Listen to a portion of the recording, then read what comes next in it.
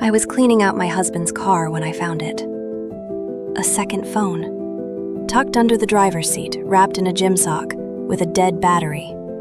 My hands were shaking as I plugged it in to charge. My mind was telling me to put it back, to walk away, to not look. But I looked. And what I found on that phone didn't just end my marriage. It destroyed everything I thought I knew about the last 8 years of my life. My name is Sarah. I'm 34 years old, and until 6 months ago, I believed I had the perfect marriage. My husband, Daniel, and I met in college. We were that couple, the ones everyone pointed to and said, "That's what love looks like." We got married at 26, bought a house at 28, had our daughter Emma at 30. Daniel was the kind of husband women dream about. He remembered my coffee order. He showed up to every single school event. He told me he loved me every single morning, without fail. For 8 years, I had zero doubts. But looking back now, I can see all the signs I completely ignored. The late nights at the office that started about a year ago, the new gym membership he suddenly cared so much about, the way he'd walk to another room to take phone calls. I noticed all of it, and every single time I told myself I was being paranoid, because Daniel would never do that to me. Except he did. It was a Tuesday afternoon. Daniel was at work. Emma was at school. I decided to clean out his car as a surprise. He'd been complaining it was messy for weeks. I was vacuuming the back seat when my hand hit something hard under the driver's seat. A phone. Black, Samsung, not Daniel's usual iPhone. I sat there holding it for a full minute, my brain trying to find any innocent explanation. Maybe it was for work. Maybe a colleague left it. Maybe there was a perfectly normal reason my husband had a secret second phone hidden under his seat wrapped in a sock. I plugged it into my car charger.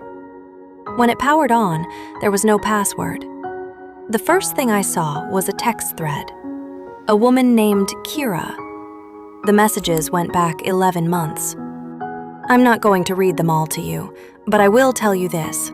The most recent message, sent at 2:17 a.m. 3 nights before I found that phone, said, "I can't keep doing this. You need to choose, her or me." And Daniel's response at 2:19 a.m. said, "Give me 2 more weeks. I'm figuring it out." 2 more weeks. He was planning to leave me, and I had absolutely no idea. I didn't call him. I didn't text him. I put the phone in my purse, and I waited. I picked Emma up from school, made dinner, helped her with homework, kissed her goodnight.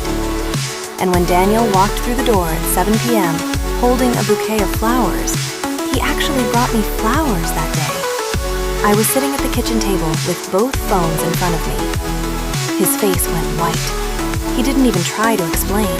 He just sat down and said, "How long have you known?" I said, "Long enough." What came out over the next 3 hours was worse than I imagined. Kira wasn't just a coworker. She was someone he'd met at the gym he'd joined specifically because she worked there. The relationship had started 9 months ago. He had met her daughter. He had told her he was going to leave me. He had already looked at apartments. When I asked him if he loved her, he didn't answer. That silence was the moment my marriage ended. I told him to get out of the house that night. He asked if we could talk more. I said no. I handed him his secret phone, and I opened the front door. He left, and I sat on my kitchen floor for 2 hours, alone, wondering how I had spent 8 years loving someone I clearly never really knew. That was 6 months ago. Here's what happened since. I hired the best divorce attorney in my city. Turned out, because Daniel had already been planning to leave and had taken money from our joint account to pay for dates with Kira, my lawyer was able to use that in the settlement. I got the house. I got primary custody of Emma. I got more than half of everything we'd built together. Daniel moved in with Kira 3 weeks after he left. They broke up 2 months later. He's now living in a studio apartment 20 minutes away, asking me for a second chance. The answer is no. Here's what I want every woman watching this to know. Trust your instincts.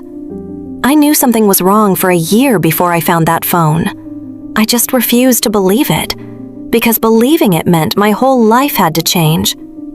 But sometimes your whole life has to change for you to finally start living it. Emma and I are doing better than ever. I started therapy. I started running again. I'm actually happy in a way I forgot was possible. The man who I thought was my forever turned out to be my biggest lesson, and I refuse to let that lesson go to waste. If you're going through something like this, you're not alone, and you're going to be okay. Subscribe if this story hit home. I share real stories every week: betrayal, revenge, and the women who made it through. If Daniel's story, Sarah's story, made you feel something, hit that subscribe button. Every week I share stories just like this one. Real betrayals, real comebacks, real women who chose themselves. And if you've been through something similar, drop it in the comments. You might just be someone else's reminder that they're not alone. I'll see you in the next one.